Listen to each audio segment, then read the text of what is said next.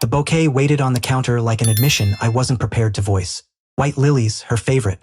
I set them there at 6:12 a.m., just as I had for 28 mornings straight, silently, without hope of response. The note leaned against the vase, folded once, exact, neat. Thank you for the best month of our marriage. I heard her heels before I heard her words. Hard, irritated, rolling in like a storm, realizing the sky offered no resistance. What is this supposed to mean? She snapped, gripping the note as if it had stung her. I didn't look back. I was cutting an apple, slow, measured. The blade whispered obediently against the cutting board. It means precisely what it says, I answered. The silence that followed was dense, disoriented. For 28 days, she hadn't really seen me. No good mornings, no good nights, no brushing hands in the hallway. She spoke more often to empty rooms than to me. Her phone, though, that received tenderness. Gentle swipes, unguarded smiles. I noticed everything. The way she angled the screen away, the sudden late meetings. The perfume reserved for nights she wasn't coming home. I stayed quiet because when someone wants you erased, the most dangerous response is to vanish on purpose and watch. The first week, I told myself it was stress.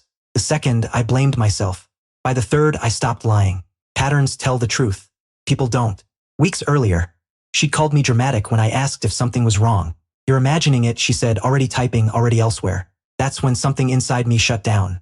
I stopped asking questions aloud and began answering them in my head. On day 9, the phone bill arrived, itemized. Repeated calls to the same number, always after midnight. Brief, careful. I memorized it. On day 13, I followed her. Not desperately, not obviously, just enough to confirm what I already knew. She didn't go to the gym. She went somewhere practiced, somewhere quiet. By day 20, anger had left me. Anger is noisy, clumsy. What replaced it was focus. So when she burst into the kitchen now, demanding explanations, I finally turned. Her eyes burned with fury, not remorse. That told me enough. You think this is funny? She said. I slid a second envelope across the counter. Thick, official, my handwriting steady on the front. She opened it. Divorce papers.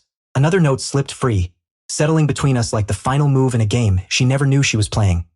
Now, let's make it the best year of my life. Her breath hitched.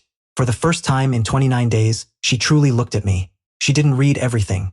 People never do once they realize the ending happened without their consent. Her hands shook just enough to confirm what I'd suspected all along. Control was the only thing she'd ever loved. You're serious? She whispered. I nodded, no warmth, no anger, just certainty. But this wasn't the climax. This was the introduction she mistook for the finale. I let her unravel for 3 days. I watched the cycling. Rage to panic, affection to threats. She cried once. Not for me, but for herself, for the loss of leverage. That was the confirmation I needed. Whatever she felt for the other man was real. What she felt for me had always been usefulness. On the 4th night, I gave her the truth. I set my phone on the table and slid it toward her.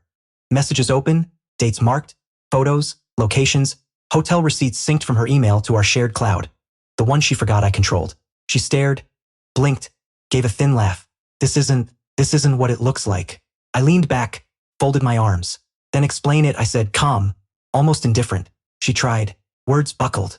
Excuses gave way to blame. She said I was distant, that I wasn't present, that she felt alone. I let her talk because I already knew the sequence. Day 3 of my silence, that's when it began.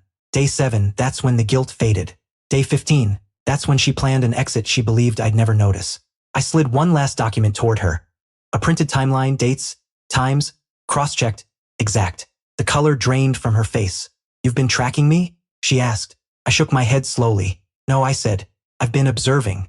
There's a difference. That's when she collapsed, not theatrically, not loudly. She sank into the chair as if gravity had finally remembered her. She asked if there was anything she could do. That question ended it. Someone who loves you asks what they've done. She only wanted to undo consequences. I stood, picked up my keys. The flowers, I said, pausing at the door. She looked up, confused.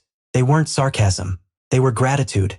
28 days of silence showed me exactly who you are when you think no one's watching. I opened the door. I don't stay married to strangers. I left her there, amid evidence, truth, and the wreckage of a story she believed she was writing alone. Now my apartment is quiet.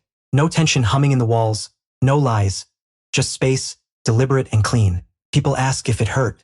Of course it did. Pain fades. Clarity doesn't.